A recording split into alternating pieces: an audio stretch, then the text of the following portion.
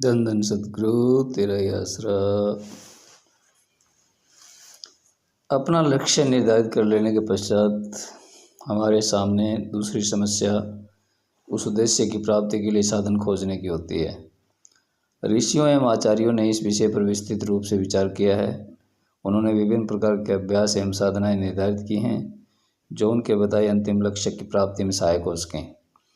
पर ईश्वर की प्राप्ति के लिए जो अकल्पनीय पूर्ण अथवा परब्रह्म है, हमें उन साधनों को अपनाना होगा जो हमें पूर्ण अनास्तित्व की ओर ले जाएं।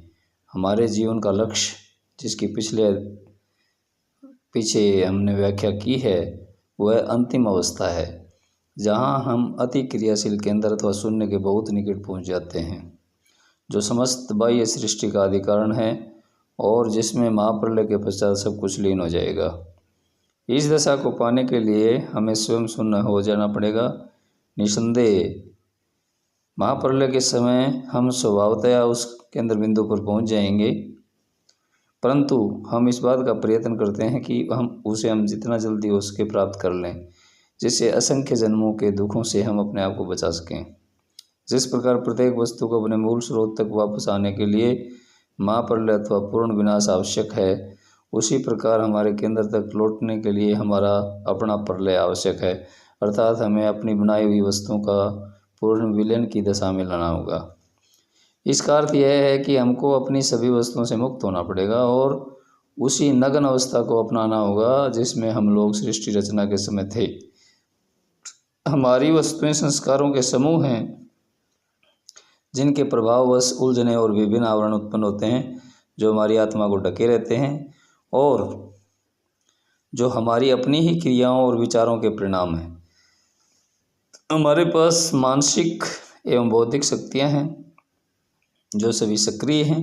हमारा मस्तिष्क शरीर की क्रियाओं का संचालन करता है। हम देखते हैं, सुनते हैं, महसूस करते हैं और चीज़ों को समझते हैं। हम उन्हें पसंद या नापसंद करना शुरू कर देते हैं। धीरे धीरे इच्छाएं अंदर प्रवेश करना आरंभ कर देती हैं और हमारी क्रियाओं को प्रभावित करने लगती हैं।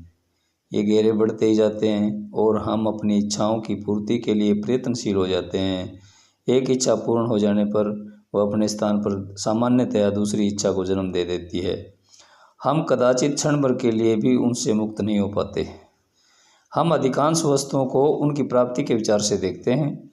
ये इच्छाएं हमारी शारीरिक एवं मानसिक क्रियाओं को मोड़ती हैं और संस्कार निर्माण की ओर ले जाती हैं। इस प्रकार आत्मा पर अधिकाधिक आवरण बढ़ाती जाती हैं। प्रत्येक क्षण में की नवीन इच्छाएं एवं उनको पूर्ण करने के हमारे प्रयत्न उन्हें निरंतर बढ़ाते चले जाते हैं। उनकी छाप हमारे कारण शरीर पर तब तक पड़ी रहती है जब तक वे भोग की क्रिया द्वारा समाप्त न हो जाएं। प्रत्येक क्षण निर्मित होने वाले संपूर्ण संस्कारों का भोग साधारणतः पूरे जीवन में भोगा जाना संभव नहीं।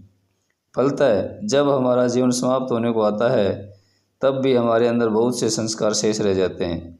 यही संस्कार हमारे पुनर्जन्म का कारण बन जाते हैं, जिससे उनके भोग की पूर्ति के लिए हमें एक अवसर मिल जाए, किंतु दुर्भाग्यवश उनको समाप्त करने के बजाय हम जितने संस्कार खत्म करते हैं उससे कहीं अधिक संस्कार जोड़ लेते हैं।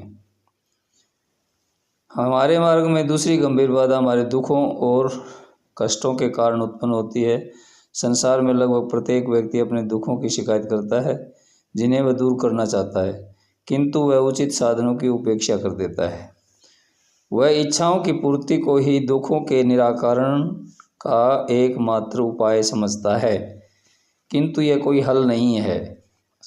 साधारणतः दुख घृणास्पद समझा जाता है, किंतु ऐसे भी संत हुए हैं जिन्होंने दुखों को स्वेच्छा से अपनाया है और उन्हें वरदान मानकर ईश्वर से उनकी प्राप्ति के लिए प्रार्थना की है। धन धन सद्गुरु तेरा ही आसरा।